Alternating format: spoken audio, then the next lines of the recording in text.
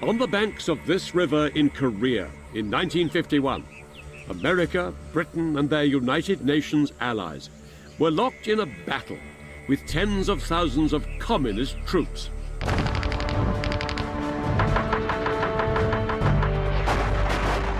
What moved the Allies to cross the world to fight here in Korea, only 5 years after the bloodshed of the Second World War, was their drive to stop communism spreading further. I'll be revealing the dramatic reversals in military fortunes of the armies of the capitalist West and the communist East. And telling the story of how events in Korea nearly spiraled out of control, raising the spectre of nuclear war. The Korean War was waged by men from 24 different countries around the world. Men divided by ideology, but also by the way they fought. On one hand, massive firepower. On the other, overwhelming numbers. I'll be telling the story of what it was like for the ground troops when these two very different armies clashed. And describing the brutal fighting often waged in extreme conditions across the entire Korean peninsula. This is the story of a largely forgotten conflict, and of the battle that took place here on the Imjin River during the Communist Spring Offensive of 1951. A battle that was to be a turning point in the war for Korea.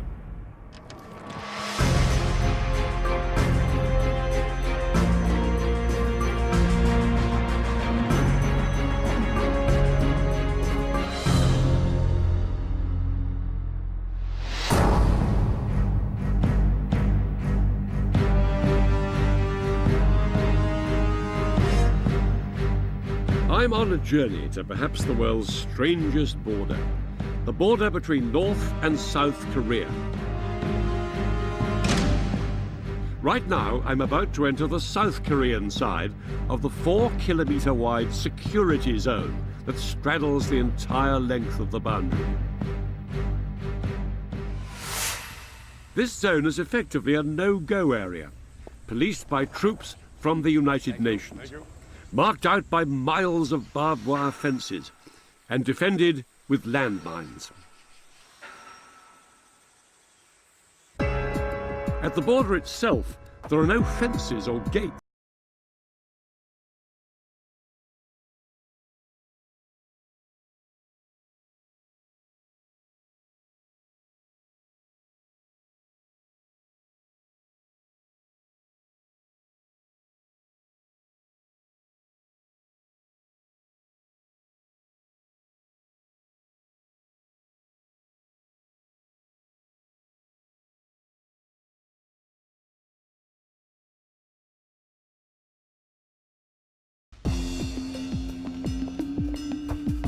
The only place along the entire border that the two sides are in direct communication is on this spot, where a few huts literally straddle the border. Strictly speaking, standing here, I'm in South Korean territory. But if I step beyond this table here, in theory, I'm inside North Korea. Although practically speaking, the mysterious country of North Korea lies beyond that guarded and locked door over there.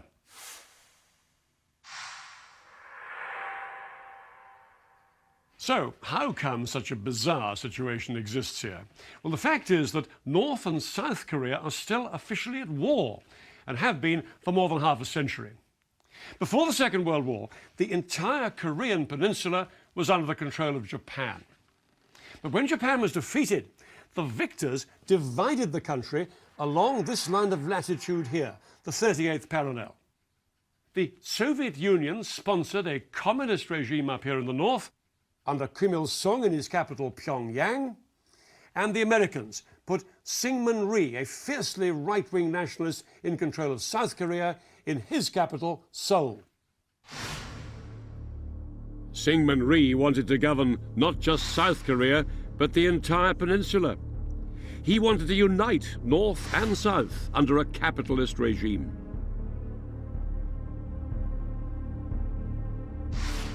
In the north, His opposite number and bitter enemy, Kim Il-sung, also wanted to unify the Korean peninsula, but under the banner of communism.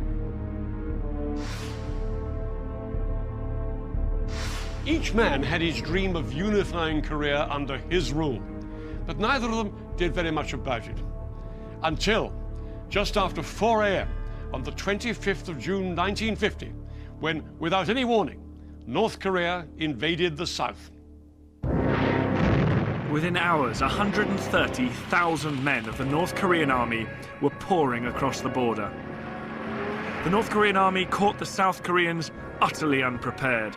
The South Koreans could barely muster a fighting force.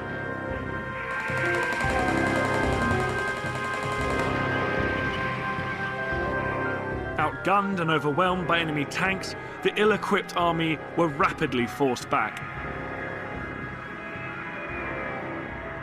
Even though we fired our guns at them, the tanks were not damaged at all. We could not destroy them.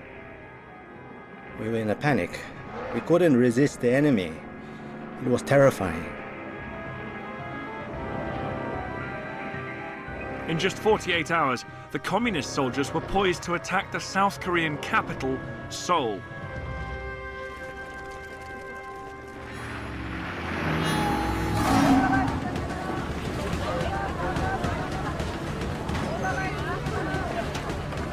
Seoul was the jewel in the crown of South Korea, and the North Korean army's attack on it was swift and certain.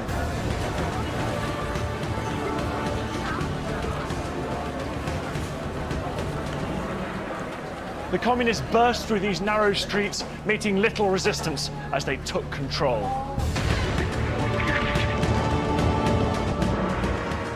The North Korean troops swamped the city. And by June the 28th, just 3 days after the invasion, communist flags were flying over Seoul.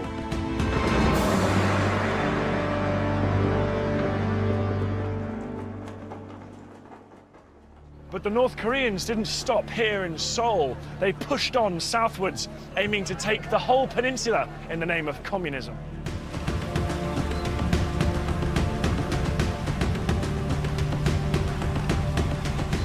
They crossed rivers, they traversed mountains, and they defeated the weak South Korean army at every encounter.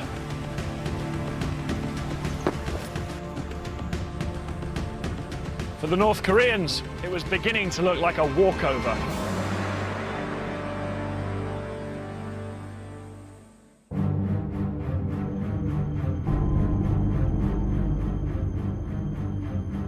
The West and its allies feared the North's seizure of South Korea would be another dangerous advance of communism throughout the world.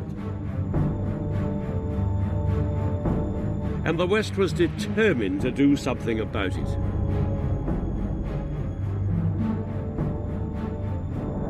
The Americans took the lead in persuading the United Nations to go to the defense of South Korea. Now, the Soviet Union could have vetoed this proposal, but they weren't there. In the Soviet Union's absence, the vote was passed. For the first time, the United Nations was going to war. 21 nations from around the world, including Britain, would send men and equipment to Korea. But there would be no doubt as to who would be in charge. America, by far the biggest single force, was in command. The fighting in Korea was no longer a small skirmish in a far-flung country. It had dragged in a superpower.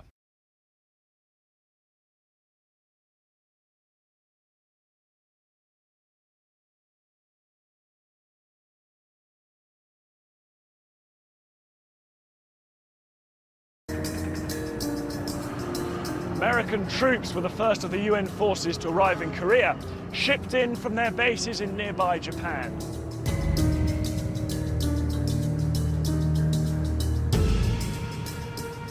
And they entered here, through Korea's southernmost port, Busan. When they landed, they faced a desperate situation, and it was getting worse. because by now, the South Korean army had almost totally collapsed under the advance of the North Korean steamroller.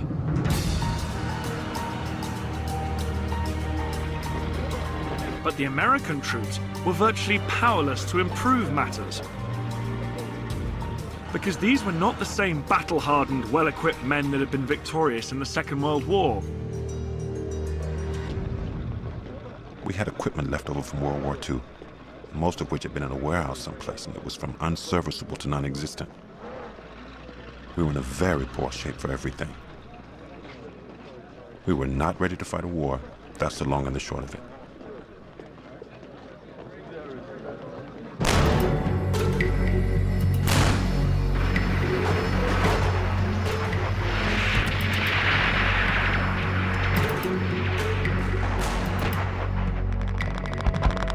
Just weeks after setting foot on Korean soil, the American land forces faced a terrible humiliation.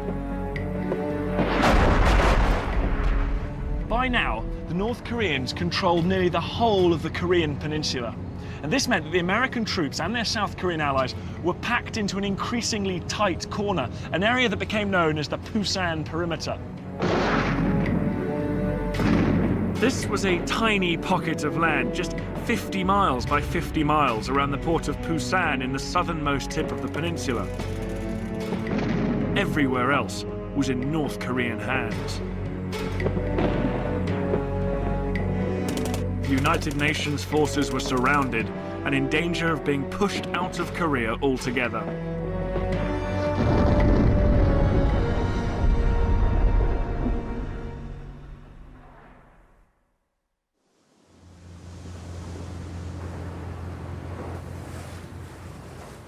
What was needed to rescue the United Nations forces from disaster was a bold stroke from a decisive leader. And that's exactly what they got from the man in charge, the American General Douglas MacArthur. MacArthur was one of those commanders who was larger than life. He was America's most decorated officer in the First World War, and he relished the fame he'd won, leading the defeat of Japan in the Second World War. Now the Korean War gave the aging general a chance of yet another triumph. MacArthur knew that if he was to push Kim Il-sung's communist army back into North Korea, he'd have to come up with a much more ambitious strategy than simply battling it out on the Pusan perimeter. In World War II, MacArthur's greatest victories had been achieved through amphibious landings, sending troops in by sea to attack behind enemy lines. Such landings carried grave risks, but MacArthur was convinced he had mastered the technique. MacArthur now proposed to use the same strategy in Korea, with a bold attempt to take the pressure off his forces trapped in this chokehold in the southeast of the peninsula. He would deliver an amphibious hammer blow, not down here around Pusan, but 150 miles behind enemy lines to the northwest, at the port city of Incheon. If he could seize Incheon, his troops could move on to Seoul, a mere 20 miles inland, cut the North Koreans off from behind, and force them to fight on two fronts, here and here. The North Koreans would be surrounded and crushed. But a landing at Incheon would be a high-risk exercise. The harbour city was placed at the end of a treacherous passage called Flying Fish Channel, where the tide raced in and out twice a day. When the tide fell by as much as 11 meters or 36 feet, vast mudflats were exposed, making an approach impossible. Even when the tide was in, the city was protected by high sea walls and a fortified island at the mouth of the harbour named Wolmido. MacArthur's plan, codenamed Operation Chromite, was to assemble a vast naval force carrying 70,000 US troops who would brave the dangerous tides of Incheon harbour and land on the beaches. The Marines would first have to take the key beach at Wolmido, codenamed Green Beach, which was only possible during the short window when the tide was high. Once the enemy had been silenced on Wilmington, the rest of the landing force would have to wait a whole 12 hours for the tide to rise again before they could assault Red Beach to the north of Incheon and Blue Beach to the south.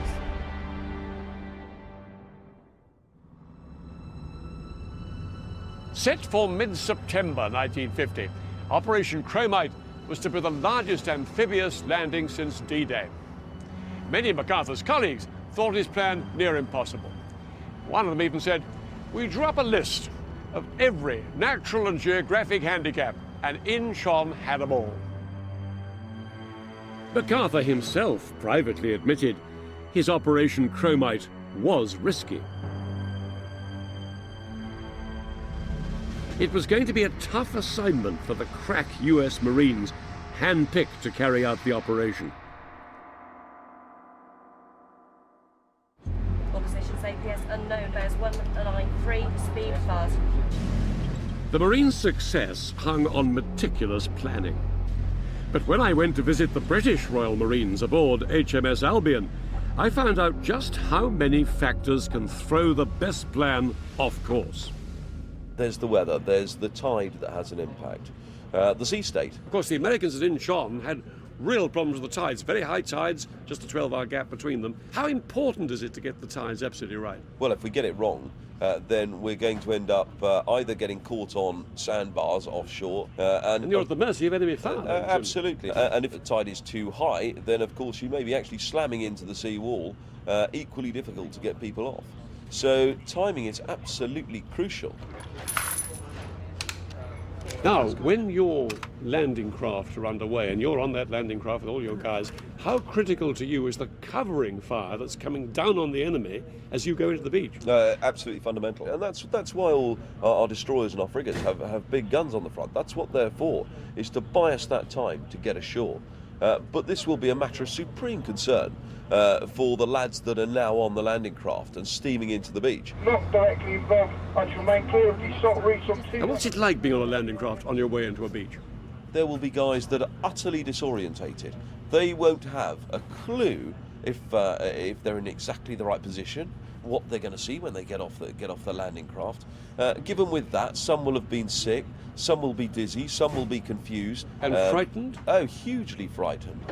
One of the crew of the landing craft, who's working up on deck, will be shouting 500 metres to go, 400 metres to go, and then counting them down.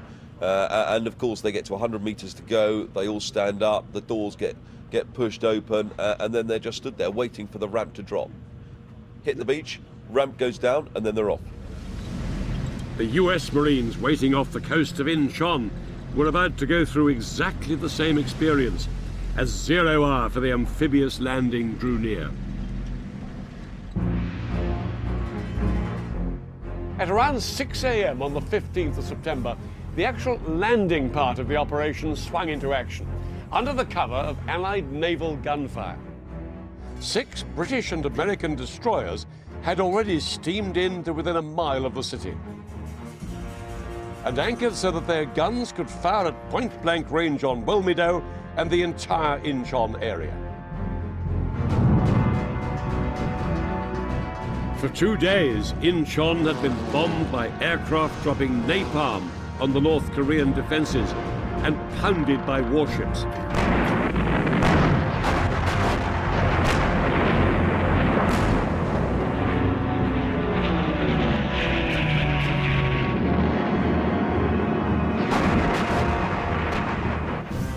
Now, under yet more covering fire, the landing craft used the high tide to sweep in from the sea and land on Wilmington's Green Beach.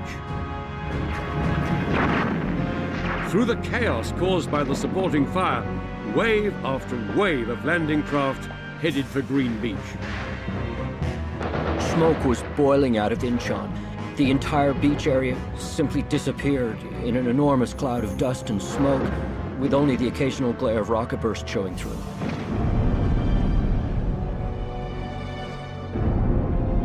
It was just awesome.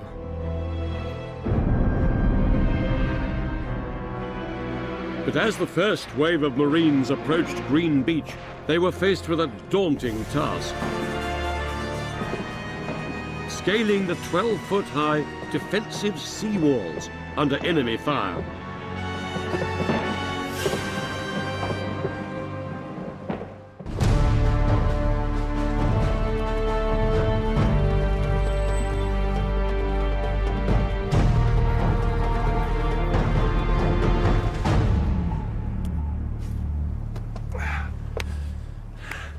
Well, this is Green Beach on Walmerdo today.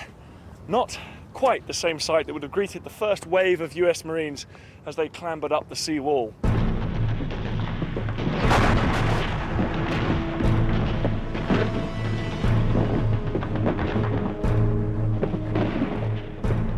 With the second wave of Marines just 4 minutes behind, they quickly advanced inland, the landscape blackened and blasted by the covering fire.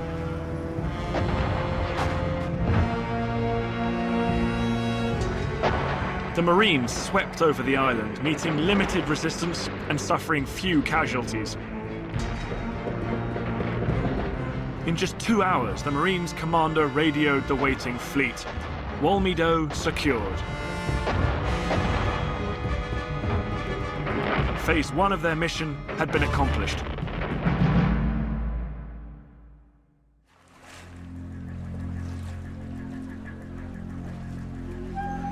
Marines, the battle had only just begun. As this tide retreated, it took with it the landing craft, their vital lifeline to the Allied ships out there. They had to dig in. For the next 12 hours, they had the unenviable task of defending the island against a possible counterattack. It was vital the Marines held their ground. Only if they retained control of this crucial island could further waves of landing craft move safely onto Incheon itself.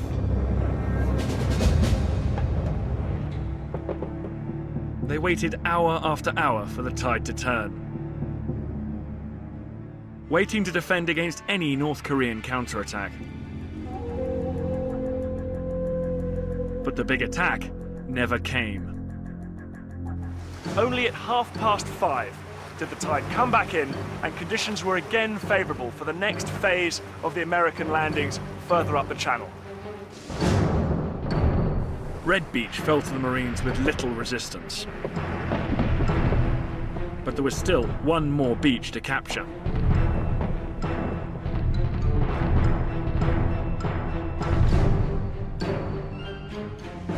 Almost simultaneously, the Marines assaulted here at Blue Beach, about a mile south of Incheon. But things on Blue Beach didn't go quite as smoothly.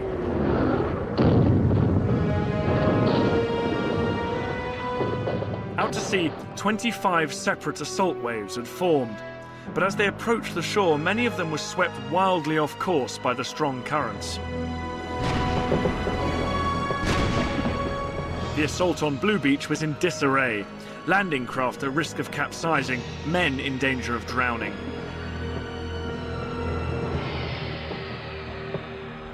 Those who did make it through found the beach choked with smoke from the earlier naval bombardment. The actual landing conditions were terrible. The city was on fire, and the rain was mixing with the smoke and fire of the bombardment, so it was very difficult finding the beach. Some units got mixed up, landing on the wrong beaches, and we just had to get it all sorted out. Despite the problems, there was no serious opposition to stop the Allied advance. They managed to push on through Incheon and further inland. Their journey took them eastwards, liberating village after village, rapidly crushing what little North Korean resistance they met. Their bold attack behind enemy lines had been a resounding success. In just 11 days, the men of the United Nations Army had reached their target and recaptured the South Korean capital, Seoul.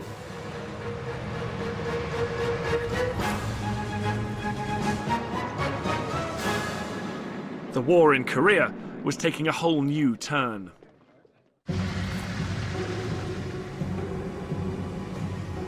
By now, the Allied forces pinned down inside the Busan perimeter had been reinforced with fresh battle-ready troops. They broke out and thrust north to join those who'd recaptured Seoul.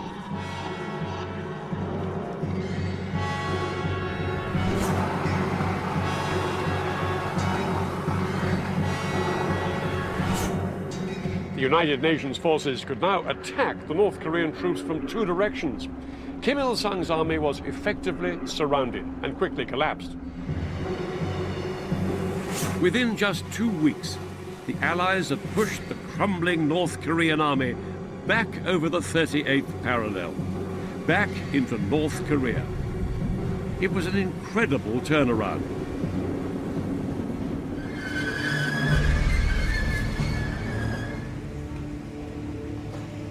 The two Koreas were now back where they began, divided by the 38th parallel.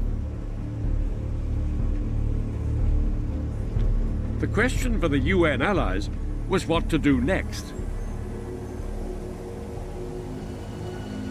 The United Nations could have ended the war right there, but MacArthur wanted to press on. He didn't just want to kick communism out of South Korea, but crush it in North Korea as well. He said the North should pay the penalty for invading the South. He urged the United Nations to take the war across the border.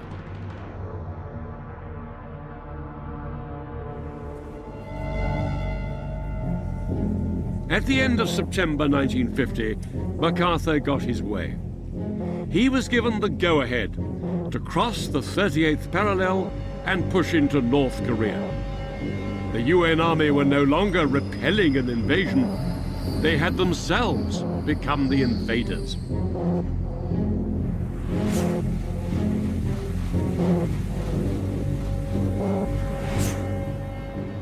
The Allied invasion of North Korea began very well. On October the 7th, the main body of the United Nations force drove northwards, and within a month, they'd overrun the communist capital, Pyongyang. Still, they pressed on, scattering any North Koreans who opposed them. The United Nations forces were now within reach of fulfilling MacArthur's vision of a total victory over communism and a united anti-communist Korea. Word went around that MacArthur had even promised his troops would be home by Christmas, in a month's time. But every step his men took north threatened to awaken a sleeping dragon. MacArthur's troops were now fast approaching the Yalu River, the border between North Korea and Communist China.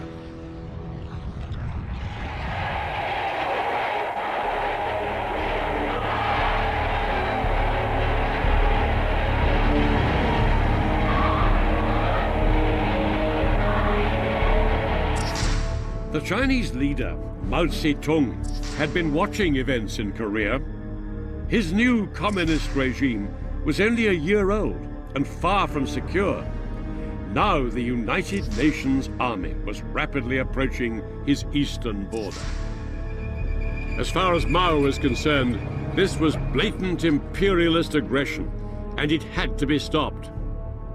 In September 1950, he ordered the Chinese People's Volunteer Army into North Korea.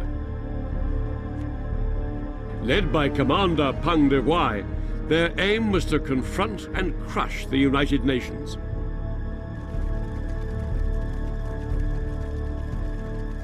The vast armies of China had joined the war.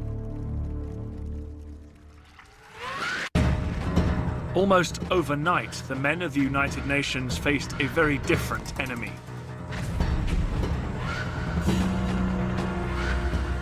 The Chinese were tough.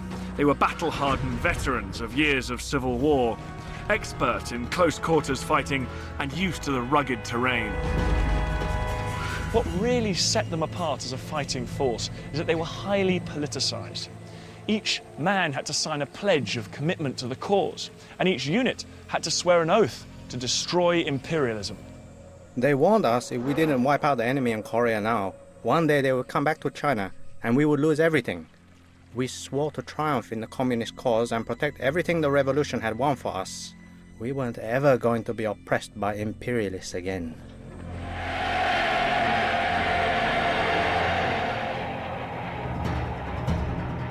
The Chinese may have been rugged and determined, but their real advantage lay in the sheer vastness of their numbers. The UN, on the other hand, relied on completely different strategies. Rather than the massed use of troops travelling swiftly and silently across open countryside, the UN had fewer troops, relying on road-bound tanks and artillery.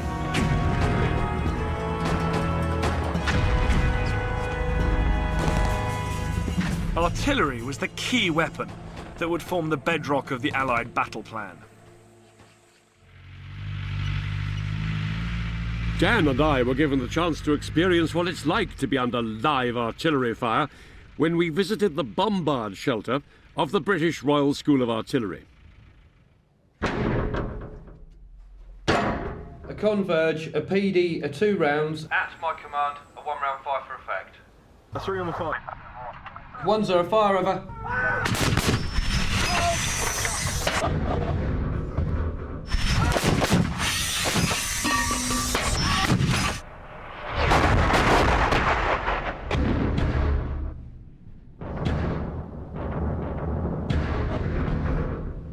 Even in this bunker, you can actually feel the shockwaves go through you, can't you? You're telling me you can.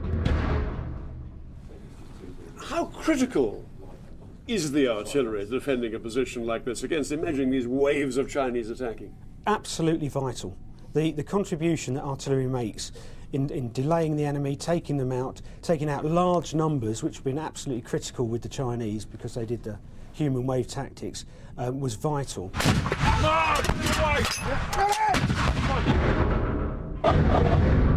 Lethal effect would probably be about 150 metres in a circle, taking people out. That would be killing them, and then the actual damage will go out to about 200 or 300 metres. Extraordinary, isn't it? And that effect would be continuous, day or night, all weathers, 24 hours a day. That's what you would receive. The effect on an enemy out there is absolutely devastating.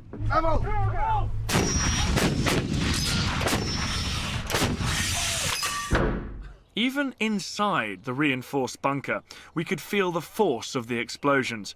But it was only out in the open that we could see the impact those explosions would have on an enemy attack. So these shells, they're basically just like giant hand grenades. Absolutely, and that's the effect we're after.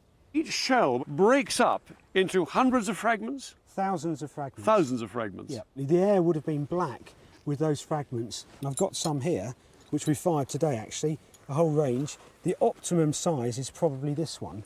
And if you just look at that, you'll see how heavy and sharp. That's just a jagged edge. One of those will kill someone, of course it will. Easily, easily. These two here would have taken this chap's arms off. This one here would have killed him. That one up the top is a serious head wound, and the last one on here would have hurt his leg. And yet they came on, the Chinese. They came on and on through this stuff. Weight of numbers, but as they're coming forward, you know, they're encountering their comrades, wounded, injured, screaming. Do they keep going? Do they help them out? What do they do? The whole time we're just sapping the momentum out of this attack.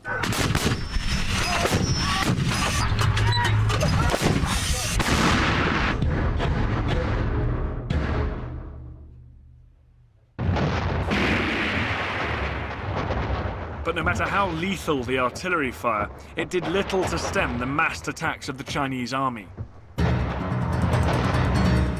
We swarmed into action like ants. The enemy guns overheated with the continuous use. They began to misfire and could no longer hit their targets. In the end, they would see so many people coming at them, they would panic.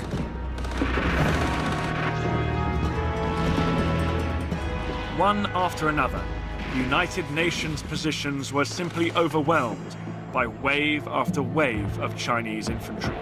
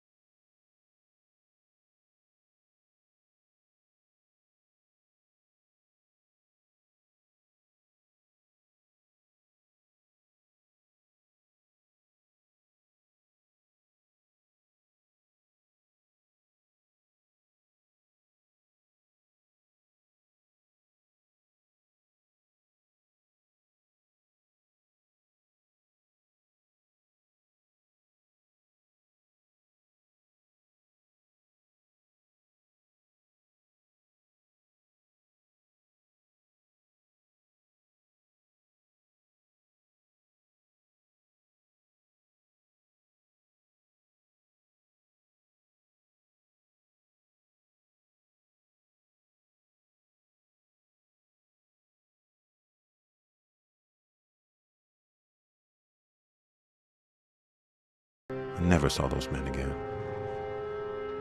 I lost a whole platoon to frostbite.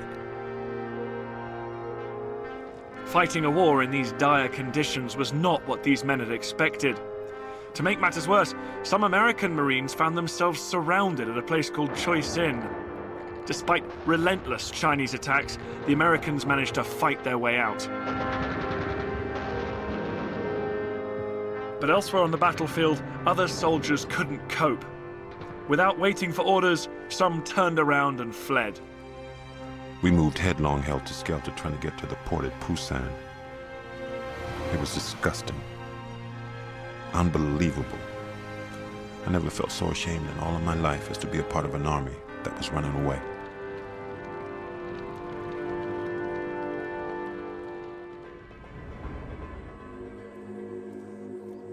Allied defenses were crumbling across practically the entire front line.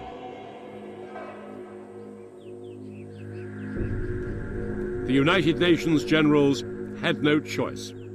They ordered a full-scale withdrawal. It was the largest military withdrawal in US history. As the Chinese drove south, the United Nations Army folded in front of them. And by January 1951, the Americans and their allies had been thrown back south of Seoul. Once again, the South Korean capital was in the hands of the communists. But this proved a step too far. Because the Chinese had moved so far south, their supply lines were now severely strained. And the tide turned yet again. The UN Army once more began to push north. Over the first weeks of 1951, the Allies clawed their way back to a line just north of Seoul, but just south of the old border. After 7 months of seesawing, advance and withdrawal, once more, the two sides were practically back to where they'd been when the war began.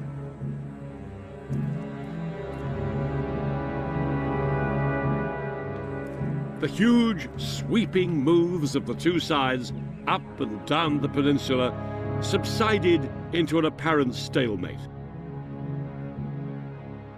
But how to break this stalemate was to lead to a crisis at the very highest level of the American leadership.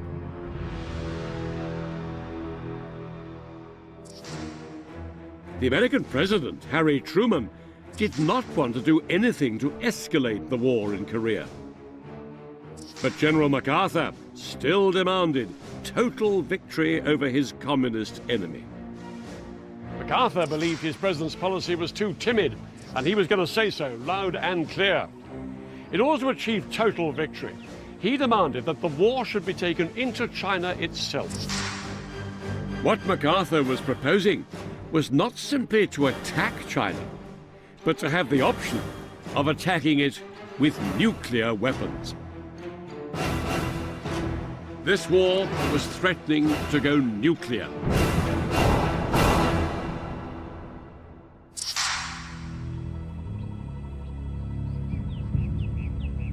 With MacArthur now publicly challenging Washington policy, President Truman had to make a decision, and he made a brave one. I believe that we must try to limit the war to Korea for these vital reasons: to make sure that the precious lives of our fighting men are not wasted, to see that the security of our country and the free world is not needlessly jeopardized, and to prevent a third world war. I have therefore considered it essential to relieve General MacArthur. General MacArthur is one of our greatest military commanders. But the cause of world peace is much more important than any individual.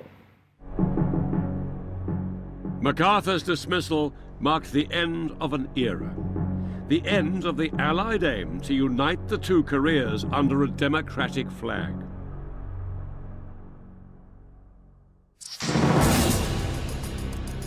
MacArthur's job went to General Matthew Ridgway, a man both liked and respected by his ground troops, and a man who accepted the idea of a divided Korea.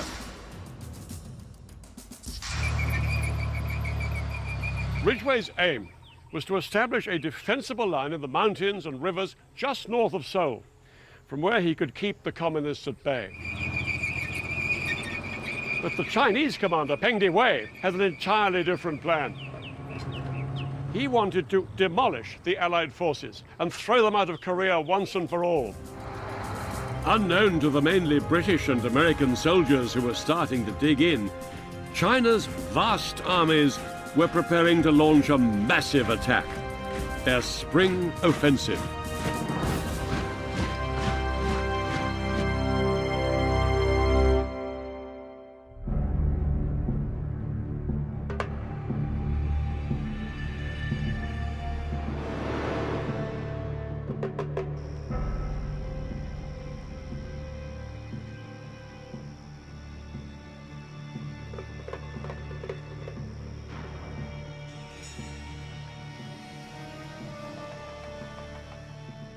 As night fell on the 22nd of April 1951, hundreds of thousands of North Korean and Chinese troops prepared to attack right along the battlefront, marked here in the western section of the peninsula by the Imjin River, only 30 miles from Seoul.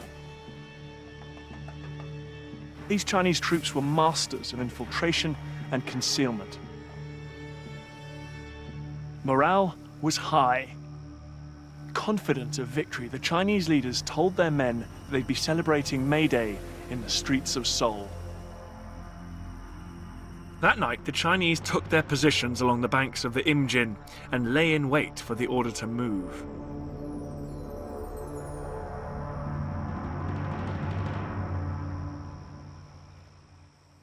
The Chinese commander, Peng Dehuai's plan was for a huge coordinated attack, practically from coast to coast. And the aim of his spring offensive, to destroy entire UN divisions by swamping them with sheer weight of numbers, carving them up into small pockets and wiping them out one by one. Then he'd move to recapture Seoul.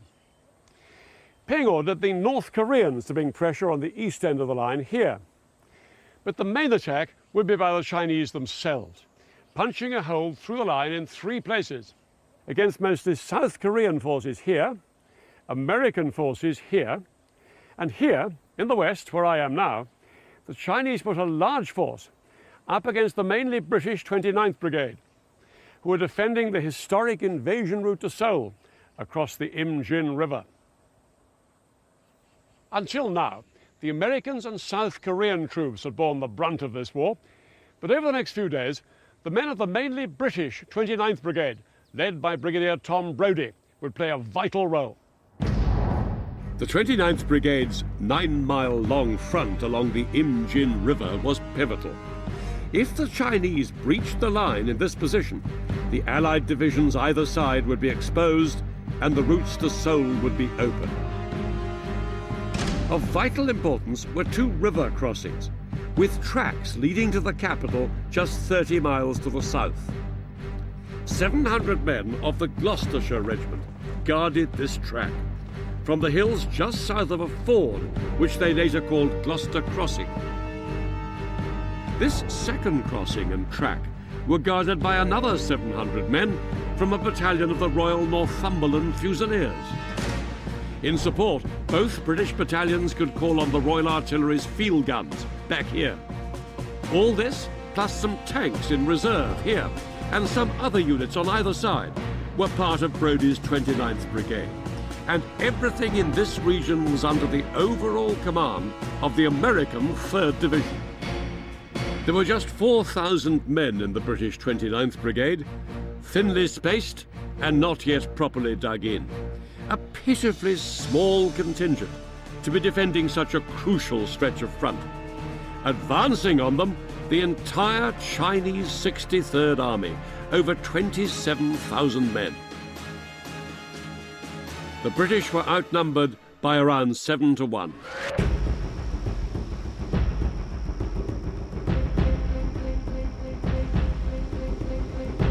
At 10 p.m. on the 22nd of April, the first Chinese troops started to wade across this shallow section of water here. But they were held back for nearly 2 hours by less than 16 men from a platoon of the Gloucesters firing from up here on the south bank.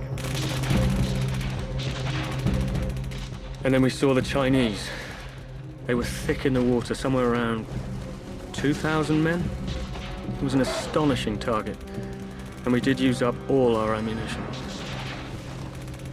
After halting 4 separate Chinese assaults, the British troops finally ran out of ammunition, and they had no choice but to pull back and rejoin their unit. There was now nothing to stop the Chinese from advancing further. Throughout the night of the 22nd of April, vast numbers of Chinese soldiers succeeded in crossing the Imjin River, that's it down there, and pushing southwards towards here. This area, known as Castle Hill, was held by around 100 men of the Gloucester's A Company. They were in for a very long night.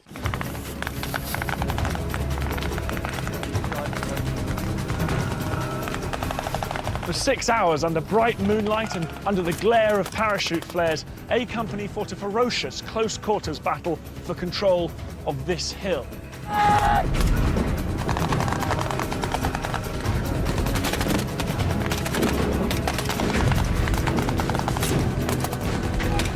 Again and again, the Chinese attacked up it, and again, A Company drove them back with machine gun and mortar fire. All the time, they received vital help from their artillery just over 5 miles away to the rear.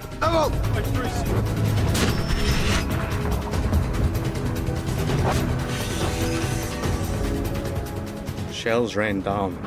In front of me, a whole squad was blown to pieces, and the bodies of dead and wounded scattered along the track.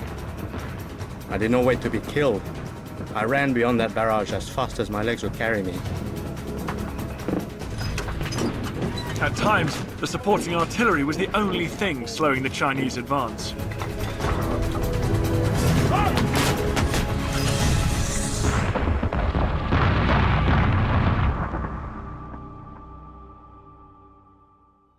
At first light, on the 23rd of April, things were looking decidedly bleak for the whole 29th Brigade. In fact, it was looking grim right away along the whole Allied line. Some 30 miles over there to the east, a South Korean division collapsed under the Chinese pressure. And American and Commonwealth troops were desperately trying to plug the gap. It made it all the more vital that the British 29th Brigade held on here at all costs. The Northumberland Fusiliers, guarding the easterly track down from the river, had found their forward positions threatened. The Chinese had begun to gain the high ground here, and the Fusiliers were being pushed back. The line was weakening, and the Chinese were infiltrating the gaps between the British positions. As for the Gloucesters 5 miles to the west, their A Company were unable to hold out any longer on Castle Hill. There was no other option for the soldiers here, reduced to just 1 officer and fewer than 60 men, but to pull back and join the rest of the battalion further south. Relying completely on supporting artillery fire, they managed to retreat to a hill that became known as Gloucester Hill. By dawn on the next day, the 24th of April, the entire battalion, reduced to around 400 men, were all defending Gloucester Hill against around 10,000 Chinese soldiers.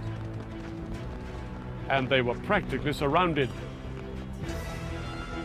By now, the Gloucester's situation was so precarious that the 29th Brigade commander, Brigadier Brodie, sent in a column of tanks along this valley in an attempt to blast its way through to them. But the lead tank was hit, and it blocked the route, and the attempt to break through to the Gloucesters had to be abandoned. All hope of getting help to them evaporated. That afternoon, General Soule, the American commander of all the units in the area, radioed to ask how things were going. Brigadier Brodie, instead of urgently requesting the Gloucester's withdrawal, replied simply that things were a bit sticky. He couldn't have chosen a worse moment for a bit of British understatement. The American general was given no idea how bad things really were, and so he ordered 29th Brigade to hold their position. What followed was disaster.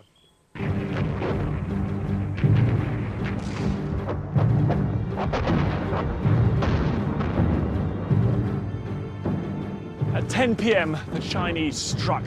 the Gloucesters fought a bloody hand-to-hand battle and pushed back attack after attack. The battle raged all through the night.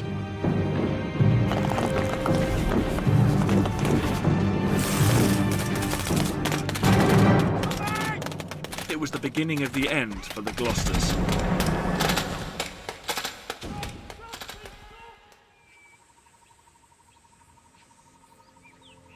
The entire 29th Brigade was at breaking point. If they didn't withdraw, they faced death or captivity. The attempt to get any relief to the Gloucesters may have been blocked, but over on the right, the Northumberland's line of retreat was still clear. Brigadier Brodie had ordered tanks up the track to escort them out. But the withdrawal became chaotic as the Chinese managed to swarm onto the track and climb on the British tanks. The crews of neighbouring tanks were forced to hose each other's tanks at machine gun fire in a desperate attempt to dislodge the clambering Chinese. The rescue of the Northumberlands was succeeding, but only just.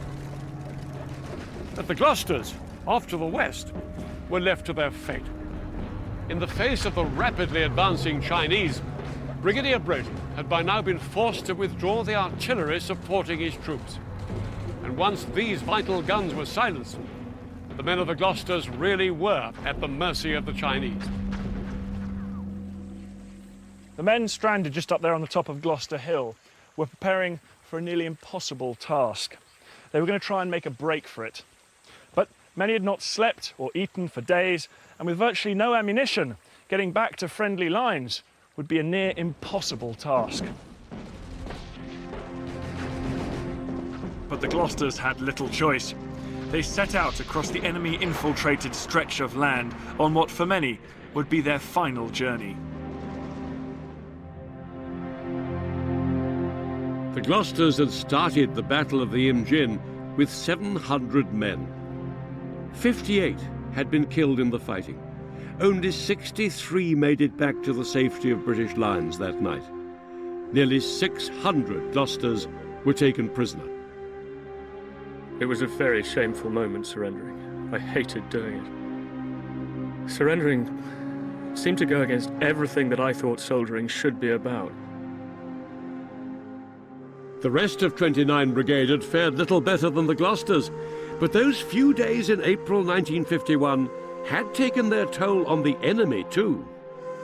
Although 29 Brigade had lost a quarter of its men, it had destroyed nearly half of the Communist forces attacking them across the Imjin. And right the way along the entire battlefront in Korea, other British, American and Allied forces fought heroic battles of their own.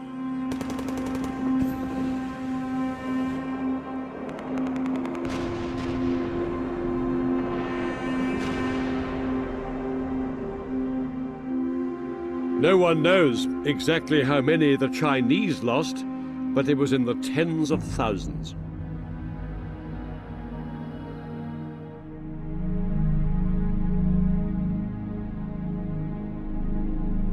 The Communist offensive ground to a halt along the entire battle line. It was to be the last major assault of its kind. The Chinese would never again launch an attack on the scale of the spring offensive of 1951. Like the Americans, they too had finally realized that neither of them could win control of the whole of Korea. While the Allied crushing of the Communist spring offensive, in great part along the Imjin River, did not end the fighting immediately, it did bring both sides to the negotiating table. Yet when they first met on July the 10th, 1951, few could have had any inkling that the negotiations would drag on for over 2 years. All this time, the vicious battles for minor stretches of tactical ground continued, and the casualty rate soared. This increasingly futile war was to go on another 2 years before the fighting finally ended. The two sides agreed the position of the new border between them, and they agreed on roughly the line of the 38th parallel just about here. And on the 27th of July, 1953, they agreed a ceasefire. In 3 years of warfare, more than 2 million people had lost their lives, and a country had been devastated. And yet, the border between North and South Korea had barely changed. And there's one even bigger irony. The two sides have never signed a peace treaty. The state of war between North and South Korea still officially exists. To this day, Korea's two sides remain in an uneasy stalemate. North Korea is still one of the most undeveloped countries in the world, and fiercely secretive. South of the border, it's a very different story.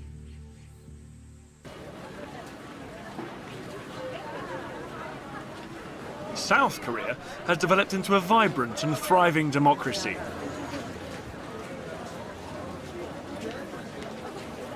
Today, the two Koreas may be vastly different, but one thing hasn't changed. For the people of North and South Korea, the threat of a return to hostilities still looms. 50 years after the ceasefire, South Koreans still plan for the worst. Around twice a year, a siren sounds across the South Korean capital here in Seoul. It's a drill for the taking of immediate shelter in the event of a North Korean attack.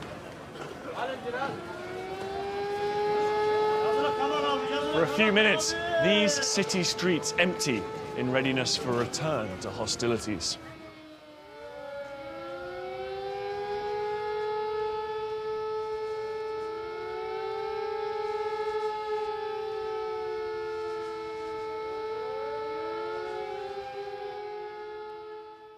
There's an awful lot of very brave fights going on right the way along the line. Next time, 20th Century Battlefields brings you the Tet Offensive, fought in Vietnam. This massive communist assault was the turning point in the 20th century's longest war. I'll be explaining how the American military had to adapt itself to face up to a largely guerrilla fighting force. And I'll be experiencing what it was like for the soldiers as they fought their way through South Vietnam. The Tet Offensive was one of the most decisive battles of the 20th century.